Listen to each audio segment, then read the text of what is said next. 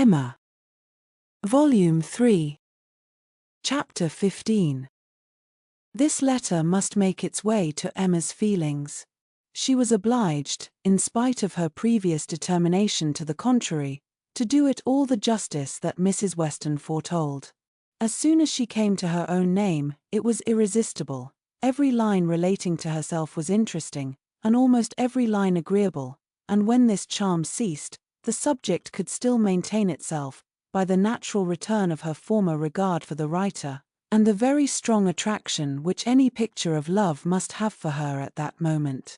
She never stopped till she had gone through the whole, and though it was impossible not to feel that he had been wrong, yet he had been less wrong than she had supposed, and he had suffered, and was very sorry, and he was so grateful to Mrs. Weston, and so much in love with Miss Fairfax, and she was so happy herself, that there was no being severe, and could he have entered the room, she must have shaken hands with him as heartily as ever. She thought so well of the letter, that when Mr. Knightley came again, she desired him to read it. She was sure of Mrs. Weston's wishing it to be communicated, especially to one who, like Mr. Knightley, had seen so much to blame in his conduct. "I shall be very glad to look it over," said he, "but it seems long. I will take it home with me at night." But that would not do. Mr. Weston was to call in the evening, and she must return it by him. "I would rather be talking to you," he replied, "but as it seems a matter of justice, it shall be done." He began, stopping, however, almost directly to say, "Had I been offered the sight of one of this gentleman's letters to his mother-in-law a few months ago, Emma, it would not have been taken with such indifference." He proceeded a little farther, reading to himself, and then, with a smile, observed, "Humph!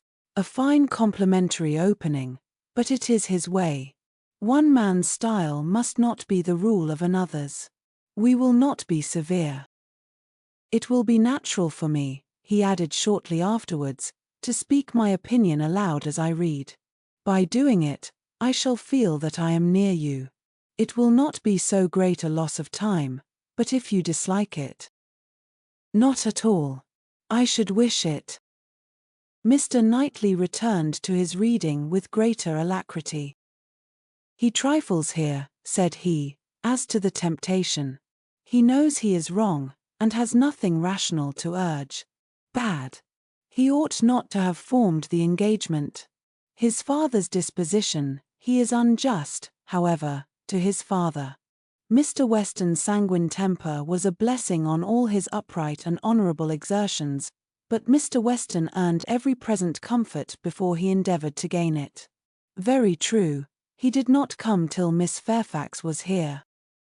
"And I have not forgotten," said Emma, "how sure you were that he might have come sooner if he would. You pass it over very handsomely, but you were perfectly right." "I was not quite impartial in my judgment, Emma, but yet, I think had you not been in the case I should still have distrusted him." When he came to Miss Woodhouse, he was obliged to read the whole of it aloud, all that related to her, with a smile, a look, a shake of the head, a word or two of assent, or disapprobation, or merely of love, as the subject required, concluding, however, seriously, and, after steady reflection, thus: "Very bad, though it might have been worse. Playing a most dangerous game. Too much indebted to the event for his acquittal. No judge of his own manners by you. Always deceived in fact by his own wishes, and regardless of little besides his own convenience. Fancying you to have fathomed his secret. Natural enough. His own mind full of intrigue, that he should suspect it in others.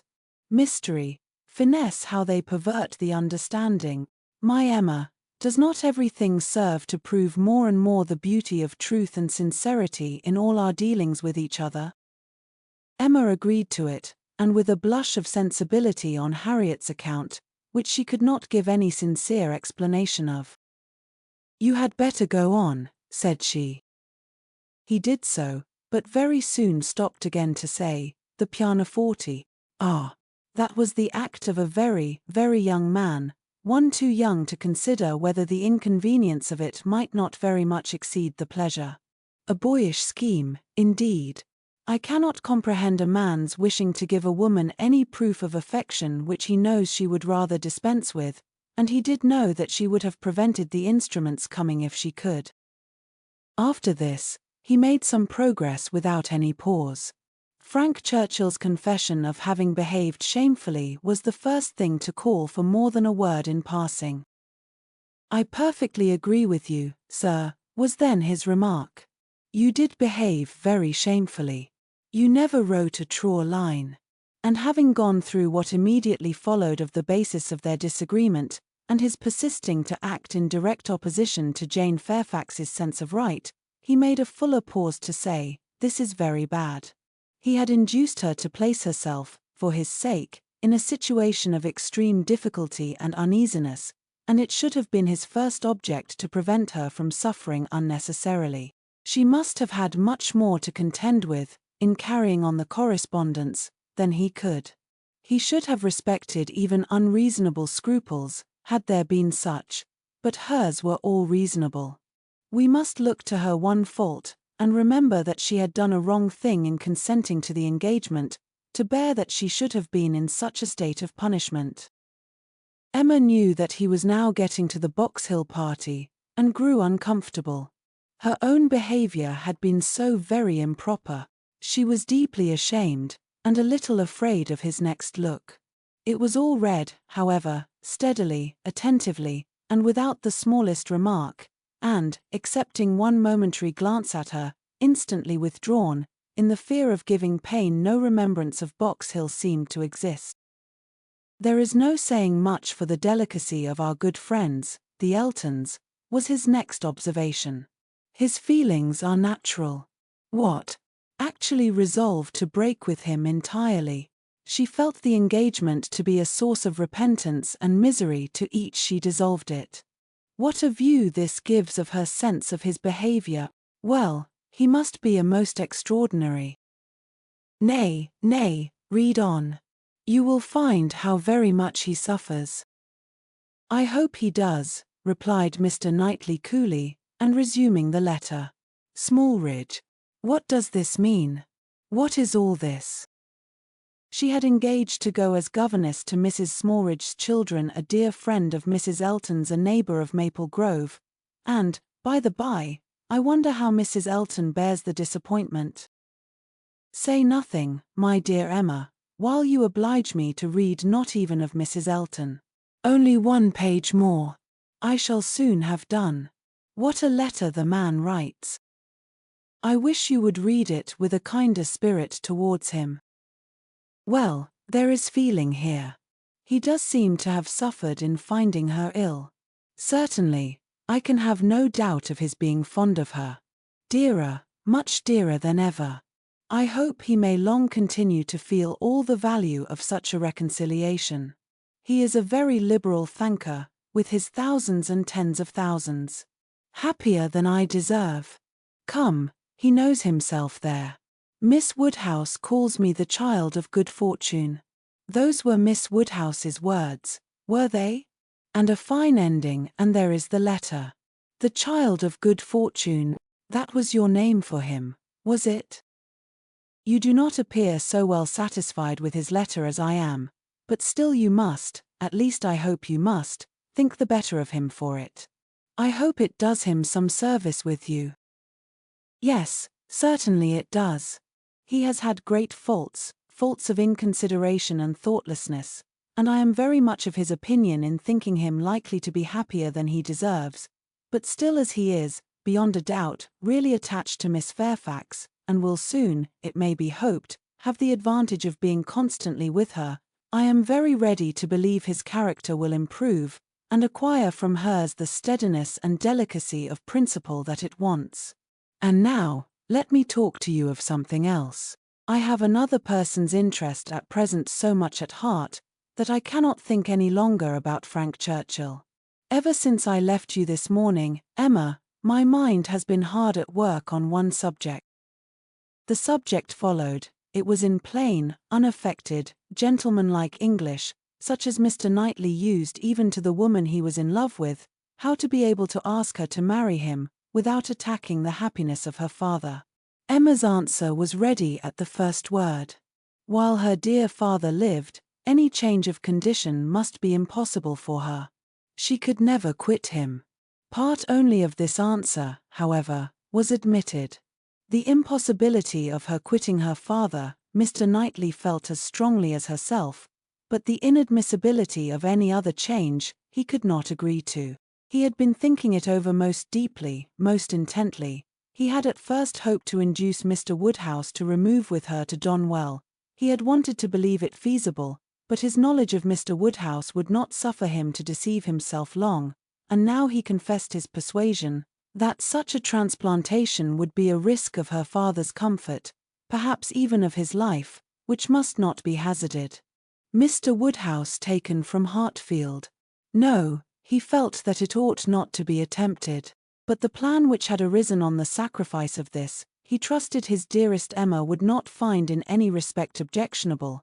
It was, that he should be received at Hartfield, that so long as her father's happiness, in other words, his life, required Hartfield to continue her home, it should be his likewise. Of their all removing to Donwell, Emma had already had her own passing thoughts. Like him, she had tried the scheme and rejected it, but such an alternative as this had not occurred to her. She was sensible of all the affection it evinced. She felt that, in quitting Donwell, he must be sacrificing a great deal of independence of hours and habits, that in living constantly with her father, and in no house of his own, there would be much, very much, to be borne with. She promised to think of it, and advised him to think of it more, but he was fully convinced that no reflection could alter his wishes or his opinion on the subject. He had given it, he could assure her, very long and calm consideration. He had been walking away from William Larkins the whole morning, to have his thoughts to himself. "Ah, there is one difficulty unprovided for," cried Emma. "I am sure William Larkins will not like it. You must get his consent before you ask mine." She promised, however, to think of it, and pretty nearly promised, moreover, to think of it, with the intention of finding it a very good scheme. It is remarkable that Emma, in the many, very many, points of view in which she was now beginning to consider Donwell Abbey, was never struck with any sense of injury to her nephew Henry, whose rights as heir expectant had formerly been so tenaciously regarded.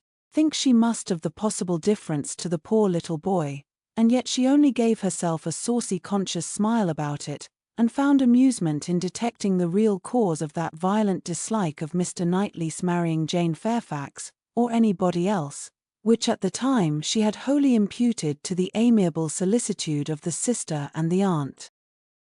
This proposal of his, this plan of marrying and continuing at Hartfield, the more she contemplated it, the more pleasing it became. His evils seemed to lessen, her own advantages to increase, their mutual good to outweigh every drawback.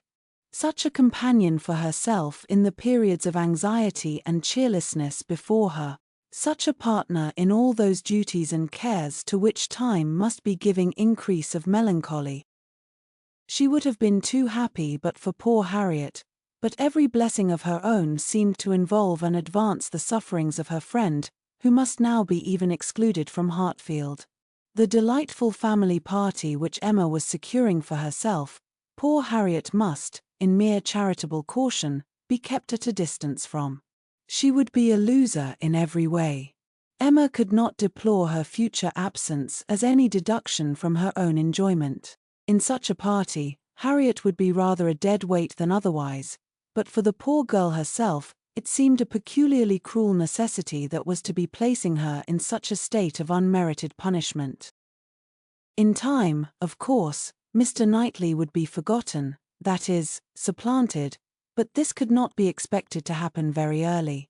Mr. Knightley himself would be doing nothing to assist the cure, not like Mr. Elton.